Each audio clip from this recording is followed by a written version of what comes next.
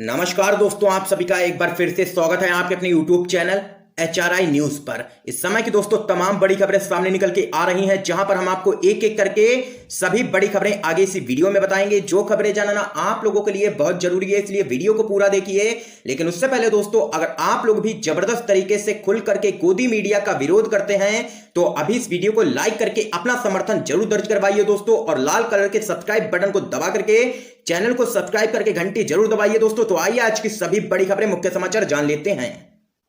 केंद्र सरकार न्यायपालिका को प्रभावित करने की करती है कोशिश, सुप्रीम कोर्ट के रिटायर्ड जज दीपक गुप्ता ने किया है बड़ा खुलासा। जी हां दोस्तों, आप लोगों को बताते चलें, सुप्रीम कोर्ट से रिटायर्ड हुए जस्टिस दीपक गुप्ता का कहना है कि केंद्र सरकार न्यायपालिका को प्रभावित करने की कोशिश करती है। जस्टिस दीपक गुप्ता ने कहा है कि सैद्धांतिक सीमा रेखा की परवाह किए बगैर राजनीतिक दल जब सत्ता में होते हैं तो अक्सर न्यायपालिका को प्रभावित करने की कोशिश करते हैं। जस्टिस गुप्ता ने द टेलीग्राफ को दिए इंटरव्यू में कहा है कि मैं कहता हूं कि जब भी कोई व्यक्ति सरकार या केंद्र में होता है या जो भी पार्टी सत्ता में होती है वह न्यायपालिका पर नियंत्रण रखने की कोशिश करती है, लेकिन यह न्यायाधीशों पर है कि वे निष्पक्ष रहें। यदि कोई व्यक्ति पावरफुल है तो निश्चित रूप से ही वह न्यायपालिका को प्रभावित करने की कोशिश करेगा। तो यहां पर दोस्तों देख सकते हैं, सुप्रीम कोर्ट से रिटायर होने के बाद जज दीपक गुप्ता यहां पर लगातार केंद्र की मोदी सरकार पर हमलावर हैं। तो वहीं दोस्तों एक और बड़ी अपडेट आप लोगों को बताते चलें, ये दुनिया दो रंगी है, एक तरफ रेशम ओढ़े एक तरफ से नंगी है। जी हां दोस्तों, आप लोगों को बताते चलें, साहिर लुधियानवी की ये पंक्तियां ऊपर दिख रही दो तस्वीरों पर सटीक बैठती हैं। ये हमारे देश के सिस्टम के दो पहलू हैं। देश की सरकारों के दोहरे चरित्र की तस्वीरें हैं, देश के कायदे कानून और विधान की तस्वीर है, अमीर और गरीब में बांटने वाले सामाजिक ताने बाने की तस्वीर है, देश के अंदर ही इंडिया और भारत की तस्वीर है। एक तरफ समतल सपाट चिकने रनवे पर सरकारी एयर इंडिया के स्पेशल विमान से कोरोना के फुल प्रूफ कवच के बीच उत्तरी 7 समंदर पार रह रहे प्रवासी भारतीयों की तस्वीरें हैं, तो दूसरी तरफ बैसाख और जेठ की तपती दोपहरी में 43 डिग्री के तापमान में आग उगलती सड़कों पर भूखे प्यासे नंगे पैर फटेहाल हालात में शहरों की वीरानगी से दूर अपने अपने गांवों को बाल बच्चों के साथ दौड़ते जा रहे लोगों की तस्वीरें हैं। इन्हें ना तो कोरोना का भय है ना सोशल डिस्टेंसिंग के उल्लंघन का खतरा, क्योंकि कोई 3 दिनों से भूखा है तो कोई एक बोतल पानी को यहां पर प्यासा है। तो यहां पर दोस्तों ये दो तस्वीरें हैं जो यहां पर साफ तौर पर भेदभाव को दर्शा रही हैं, और ये तस्वीरें चिल्ला चिल्ला के कह रही हैं कि हमारे देश का सिस्टम पूरी तरीके से सड़ चुका है। तो वहीं दोस्तों एक और बड़ी खबर आप लोगों को बताते चलें, राहुल गांधी ने कहा कोरोना संकट मजदूरों के शोषण और उनकी आवाज दबाने का बहाना नहीं हो सकता है। जी हां दोस्तों, आप लोगों को बताते चलें क्या कुछ है पूरा मामला।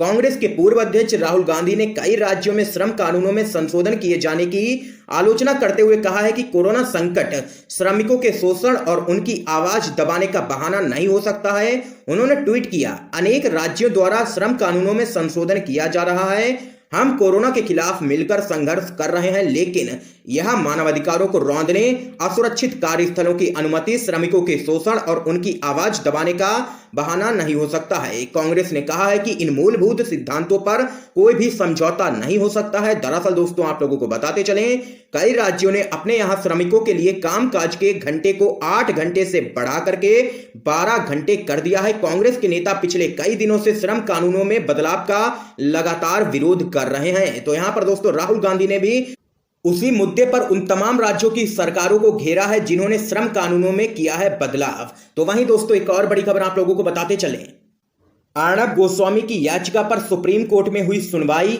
एफआईआर रद्द करने के मामले में फैसला रखा गया सुरक्षित। जी हां दोस्तों, आप लोगों को बताते चलें, रिपब्लिक टीवी के editor in chief Arnab Goswami की ओर से दायर याचिका पर सुप्रीम कोर्ट में सुनवाई हुई। ये याचिका हाल ही में मुंबई में दायर हुई एफआईआर को रद्द करने के लिए दायर की गई थी। इस मामले में कोर्ट ने अपना फैसला सुरक्षित रख लिया है।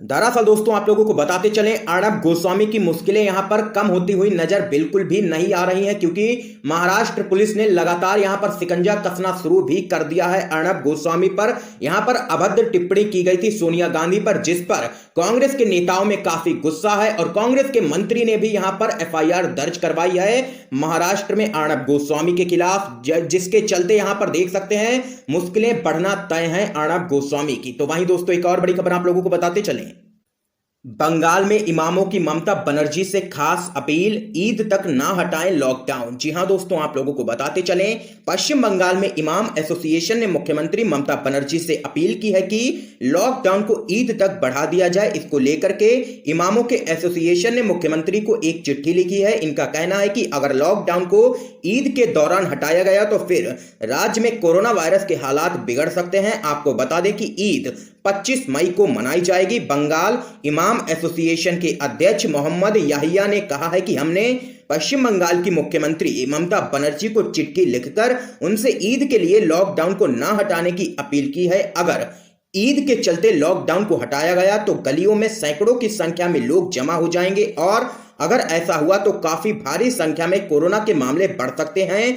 हम बाद में ईद का जश्न मना सकते हैं, अभी जरूरी है कि लोग सुरक्षित रहें, ये यहां पर कहना है इमाम एसोसिएशन का। और उन्होंने मुख्यमंत्री ममता बनर्जी को लिखी है चिट्ठी। तो वहीं दोस्तों एक और बड़ी खबर आप लोगों को बताते चलें, श्रम कानून में बदलाव पर शिवपाल यादव और ओम प्रकाश राजभर ने भी खड़े किए हैं सवाल। कहा गरीबों को गुलाम बनाना चाहती है बीजेपी सरकार। आप लोगों को दोस्तों बताते चलें, प्रगतिशील समाजवादी पार्टी लोहिया के अध्यक्ष शिवपाल यादव और सुभाषपा के नेता ओम प्रकाश राजभर ने श्रम कानून संशोधन को लेकर के सरकार पर सवाल खड़े किए हैं। दोनों नेताओं ने ट्वीट कर अपनी नाराजगी जाहिर की है। शिवपाल यादव ने कहा है कि उत्तर प्रदेश सरकार द्वारा अध्यादेश के जरिए मजदूरों के अधिकारों की रक्षा करने वाले यूपी श्रम अधिनियमों में बदलाव अमानवीय व अलोकतांत्रिक है, क्योंकि यह बदलाव 3 वर्ष तक प्रभावी रहेंगे। ऐसे में लंबी अवधि तक मजदूरों का शोषण संभव है। उन्होंने कहा है कि आज मजदूर अपनी आजीविका को लेकर के अनिश्चितता, भय और भूख के मझधार में फंसा है। शिवपाल यादव ने ट्वीट कर कहा है कि प्रदेश सरकार द्वारा अध्यादेश के माध्यम से श्रम कानूनों में किए गए अलोकतांत्रिक व अमानवीय बदलावों को तुरंत रद्द किया जाना चाहिए। मजदूरों के अधिकारों की रक्षा करने वाले श्रम कानून में अधिकांश प्रावधानों को 3 साल के लिए स्थगित कर दिया गया है। क्या आपदा की कीमत केवल मजदूर ही चुकाएंगे? तो वहीं दोस्तों आगे आप लोगों को बताते चलें, ओम प्रकाश राजभर ने भी अपने ट्वीट में कहा है कि बीजेपी सरकार मजदूर विरोधी सरकार है।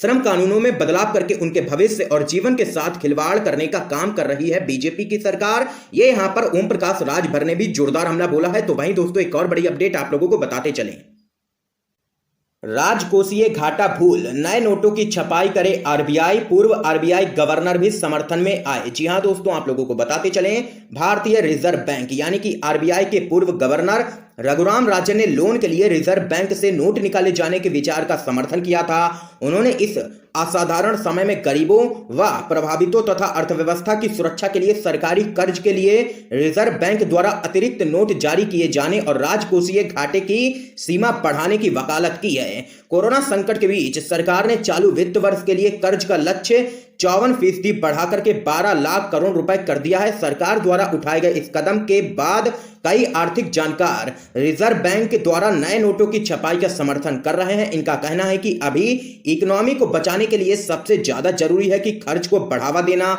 और समय रहते अगर ऐसा नहीं किया गया तो नुकसान इतना भयंकर होगा जिसकी भरपाई संभव नहीं हो पाएगा। ये यहां पर दोस्तों बड़ी खबर सामने निकल के आई। तो वहीं एक और बड़ी अपडेट आप लोगों को बताते चलें, अखिलेश यादव ने ट्वीट कर साझा की है तस्वीर, बोले कोई है जो सुन रहा है। जी हां दोस्तों आप लोगों को बताते चलें क्या कुछ है पूरा मामला।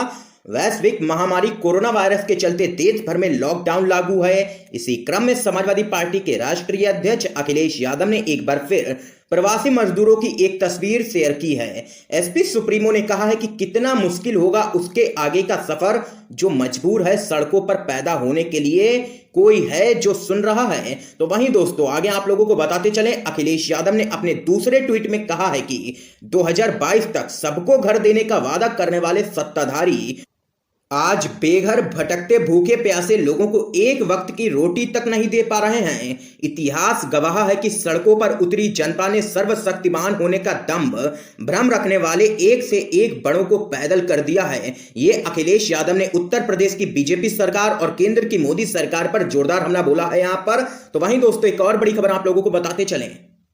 झारखंड में बीजेपी के दबंग विधायक ढुल्लू महतो ने कोर्ट में किया सरेंडर, भेजे गए जेल। जी हां दोस्तों, क्या कुछ है पूरा मामला आप लोगों को बताते चलें। पुलिस के दबाव पर आखिरकार बीजेपी के विधायक ढुल्लू महतो को सरेंडर करना ही पड़ गया है।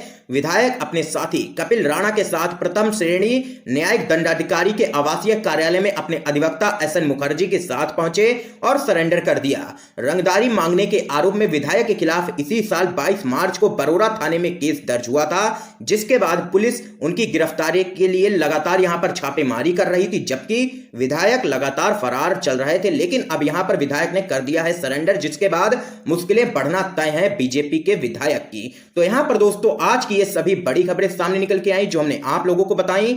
वीडियो को ज्यादा से ज्यादा शेयर जरूर कीजिएगा, अपने सभी दोस्तों तक इन खबरों को जरूर पहुंचाइएगा और वीडियो पसंद आया हो तो लाइक कीजिएगा और लाल कलर के सब्सक्राइब बटन को दबा करके चैनल को सब्सक्राइब करके बेल के आइकन को दबाना मत भूलिएगा। दोस्तों आप सभी का बहुत बहुत धन्यवाद दोस्तों।